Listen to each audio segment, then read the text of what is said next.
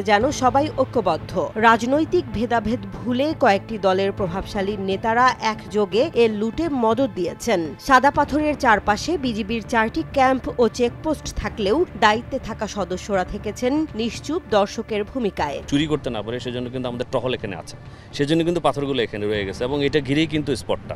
এই লুটপাটের বিরুদ্ধে প্রতিবাদের নামলেও বন ও পরিবেশ উপদেষ্টা রেজওয়ানা হাসানও হার মানেন প্রভাবশালীদের কাছে। 4টা বছর পাথর আমদানি কিন্তু আমরা পাথর উত্তোলন কিন্তু আমরা বন্ধ রাখতে পেরেছিলাম জাফলংয়ে, আর এখন আমি উপদেষ্টা, এখন এই পাথর উত্তোলন বন্ধ রাখতে পারলাম না। প্রশাসন ও আইনশৃঙ্খলা বাহিনীর নীরবতা ছিল চরম রহস্যজনক। স্থানীয়দের অভিযোগ, পাথর খেকোদের বিরুদ্ধে বারবার প্রতিবাদ জানানো হলেও কোনো প্রতিকার মেলেনি। অবশেষে সব পাথর শেষ হওয়ার পর নড়েচড়ে বসে প্রশাসন। পুলিশ দাবি করছে ভবিষ্যতে আর যেন এমন ঘটনা না ঘটে সেজন্য তারা তৎপর। এই যে এটা কিন্তু বিজিবি ক্যাম্প সাদা পাথরের মূল পয়েন্টে। তবে স্থানীয় বিএনপি, এনসিপি ও ইসলামী আন্দোলনের নেতারা জড়িত থাকার অভিযোগ থাকলেও এ পর্যন্ত শুধু বিএনপি তাদের একজন নেতার বিরুদ্ধে ব্যবস্থা নিয়েছে।